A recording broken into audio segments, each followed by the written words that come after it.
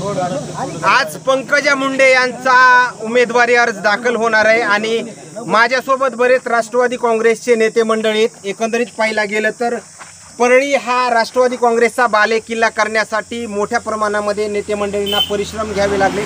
मात्र या बालेकिल्ल्याला कुठल्याही प्रकारे इतर नेत्यांचा किंवा इतर पक्षांचा कुठलाही वार होऊ नये म्हणून एकंदरीत पाहिला गेलं तर जशाच तशी नेते मंडळी पंकजा मुंडे यांचा उमेदवारी अर्ज दाखल करण्यासाठी राष्ट्रवादी काँग्रेसचे कार्यकर्ते पूर्ण ताकदीनं बीडच्या दिशेने रवाना होते। आज ती आपल्यासोबत आहेत। नेमकं काय प्रतिक्रिया आहे जाणून घेण्याचा प्रयत्न केला। काय आजचं नेमकं उमेदवारी अर्ज दाखल करण्यासाठी जात आहेत, कशी तयारी नेमकी?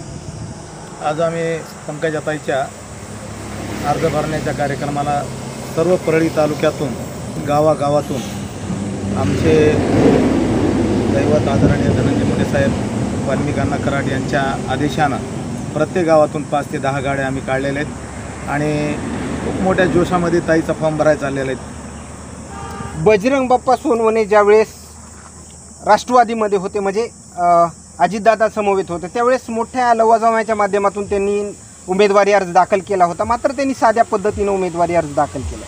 बजरंग बाप्पाचा काम आम्ही तळागाळात जाऊन केलेलं होतं। आम्ही स्वतःच काम करणारे बाप्पांनी फिरून सुद्धा आमच्याकडे साधं सुद्धा येऊन बघितलं नाही। आम्ही एवढे तरफडलो तो उसाला, परंतु आम्हाला एक सुद्धा गाडी दिली नाही। बजरंग बाप्पा कसे आहे ते आम्हाला सर्व माहिती। आता काय पुढल्या ह्या नियोजनामध्ये प्रचाराच्या रणधुमाळीमध्ये कसं तयारी असणार आहे, कसे पोहोचणार आहेत सर्वसामान्य नागरिकांपर्यंत आणि मतदारांपर्यंत, कोणते मुद्दे घेऊन जाणार आहेत? आम्ही आदरणीय धनंजय मुंडे साहेब यांच्या मार्गदर्शनाखाली आम्ही सर्कल वाईज गावोगाव पंचायत समिती गण त्या गणातले आम्ही प्रमुख प्रत्येक जेवढे गण आहेत तेवढ्या गणामध्ये आम्ही प्रत्येक टीम तयार करून धनंजय मुंडे साहेब आणि वाल्मिक अण्णा कराड यांच्या मार्गदर्शनाखाली डोर टू डोर जाऊन शक्य तेवढं घराघरात जाऊन आदरणीय पंकजाताई मुंडे यांचा प्रचार करणार आहोत। आणि विकासाच्या मुद्द्यावर की आज धनंजय मुंडे साहेबांनी जे विकास केला आहे आणि आता पंकजाताई केंद्रामध्ये जाणार आहेत, त्याच्यामुळं जर ह्या दोन्ही आमच्या नेत्यांनी एक महाराष्ट्रात आणि एक देशात वर तर ह्या दोन्हीच्या ह्याच्यामुळं सगळा मतदारसंघाचा असा विकास होईल की जे आज आपल्या बीड जिल्ह्यातील ऊसतोड कामगार आहेत बाहेर जातात तर भविष्यात हे बाहेर जाणार नाहीत असे आम्ही बरेच काही मुद्दे घेऊन डोर टू डोर प्रचार करणार सगळ्या ताकदीनं साम दाम सगळ्या गोष्टींना आम्हाला कोणाची अपेक्षा नाही। आम्हाला धनंजय मुंडे साहेब सर्व कार्यकर्ते एवढे सक्षम केलेले आहेत त्याच्यामुळं आम्हाला कशाचीच गरज नाही।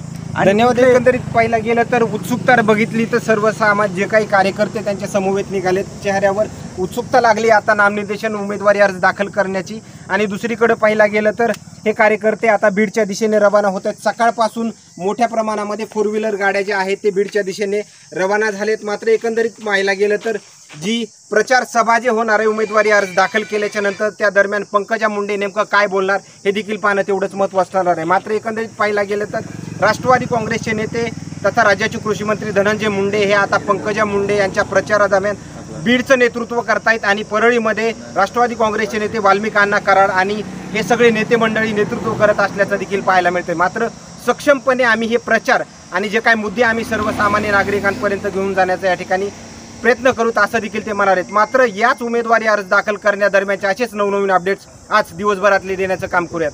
कॅमेरामॅन उमाकांत फडसोबत सचिन मुंडे, सूर्योदय मीडिया, बीड परळी।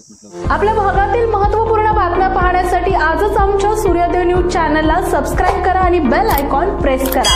आणि तुम्ही जर आमच्या बातम्या फेसबुकवर पाहत असाल तर आजच आमच्या फेसबुक पेजला लाईक, शेअर आणि फॉलो करा।